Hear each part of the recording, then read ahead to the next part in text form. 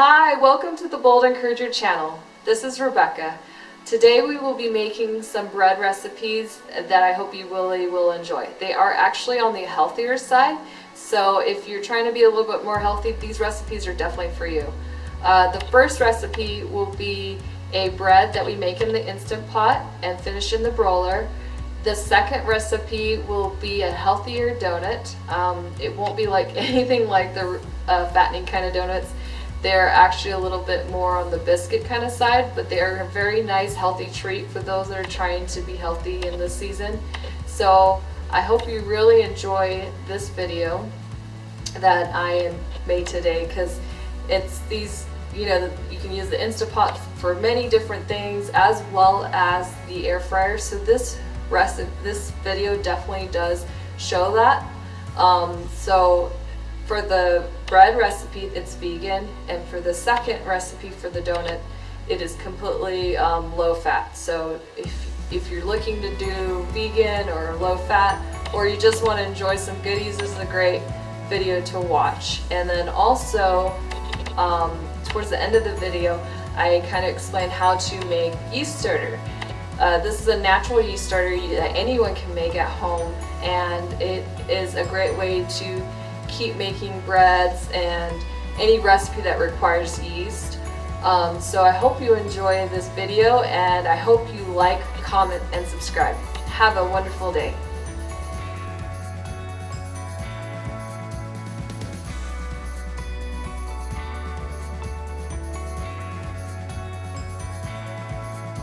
So you're going to take 1 3/4 cups of flour and put it in the bowl. Then you're going to add a 1/2 cup of yeast starter.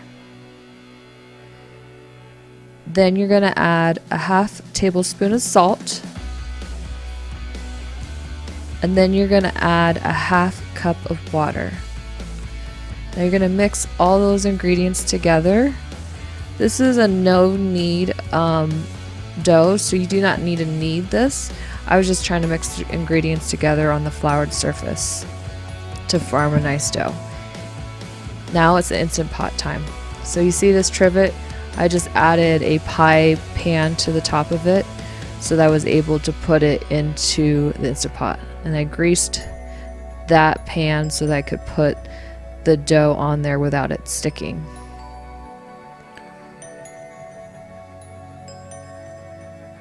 So I actually added a cup of water in the Instant Pot prior to putting the trivet into the Instant Pot.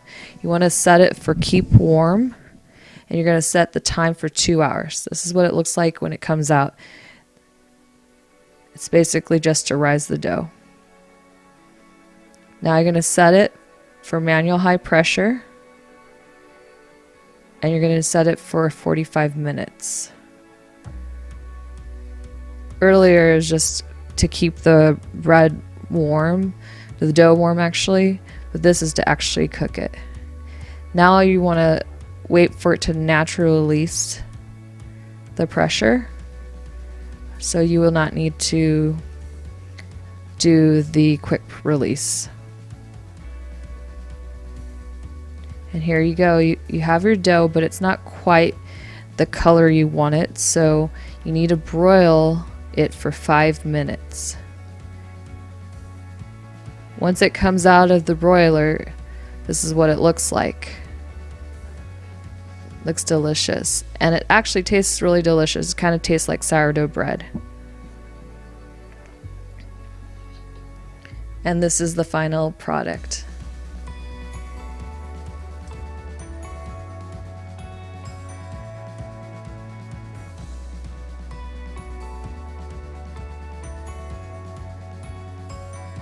I know everybody is stuck at home right now, so I'm actually trying to learn like new skills and everything. So I've never made bread before, homemade bread anyway, and homemade donuts. So unless I use the biscuits already prepared and everything. So I love to cook and everything, but these recipes I'm doing and these crafts that I'm doing also on my channel are more as a learning experience, since we have so much more time on our hands, and I felt like this is a time for me to really just learn some new things.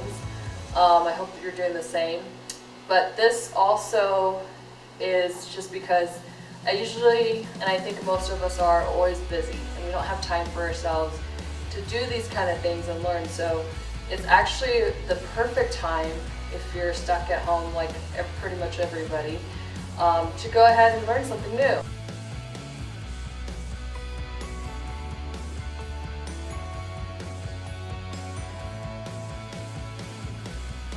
So you're going to add a 1/4 cup of yeast starter. Then you're going to add 1/4 cup of sugar. You're going to stir that up really nicely until it's foamy, like that. Now you're going to add 1 3/4 cup of flour.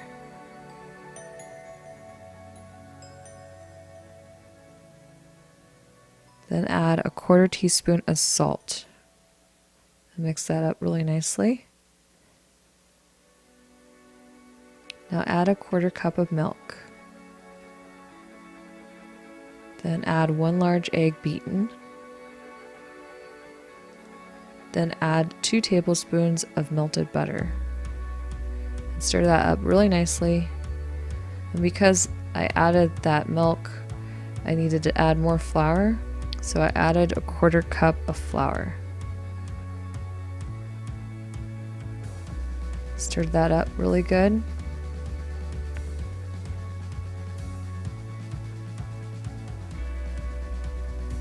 Then I'm going to flour the surface. Take my dough, and I knead this for 1 to 2 minutes on the floured surface. I'm going to roll that out on a floured surface. Make sure that the surface is very floured so it doesn't stick. Now I'm going to cut out the shapes.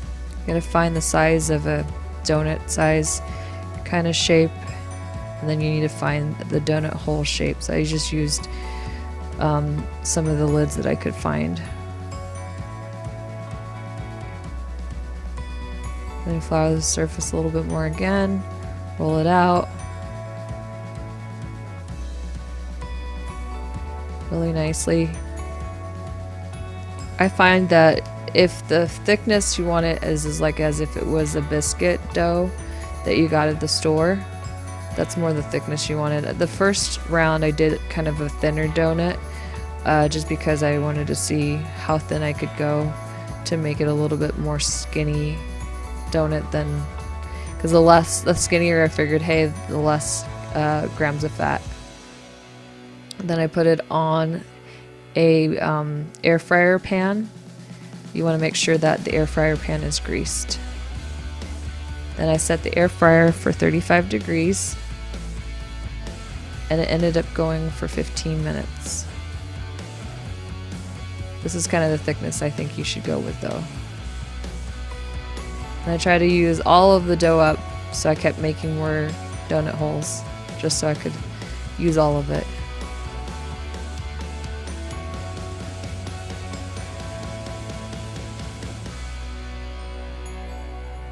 More donut holes. Tons of donut holes.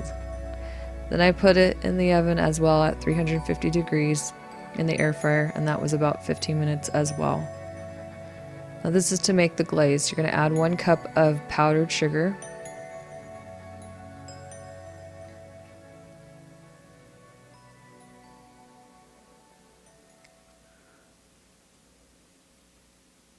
And then you're going to add 4 teaspoons of water. You're going to stir that up really nicely to make a very nice glaze, so that you can cover your donuts with this glaze.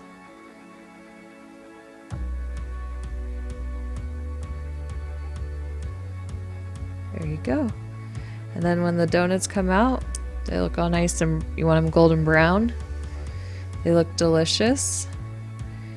Those are the skinnier donuts, and then you just add the glaze on top.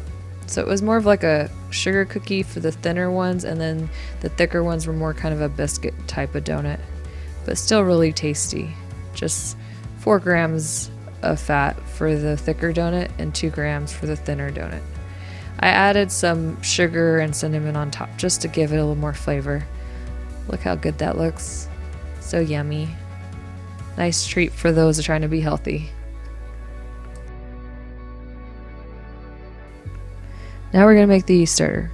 I originally started with 2 cups of water and 2 cups of flour in my yeast starter. So we're going to add a 1/4 cup of water back to it and a 1/4 cup of flour back to it. We're basically feeding the yeast starter so we can start with what we originally had. And that was 2 cups of water and 2 cups of flour, and I let it sit for 2 to 3 days. Now we're going to add a half cup of water, another half cup of flour. And that's so we can get back to the 2 cups of yeast starter that we originally started with. And you just put a towel over it after you've stirred it, and it will sit for 2 to 3 days on your counter, and it will become really foamy like this. And then you have yeast starter. You will just need to cover it with a light towel. So we just finished making the bread and the donuts and also kind of learning how to make a yeast starter. So I really hope that you got a lot out of that. It's definitely 2 recipes that I'll probably do again because I really enjoyed the taste of them. I hope you do as well. So they're very fun, very easy, something you can even do with the kids, why not? They would love them too, and they're something to keep you busy during the season when you feel bored or whatever. So it's definitely great to learn these kind of recipes because they challenge you, especially with bread, because it's all about the rising and everything. That was great.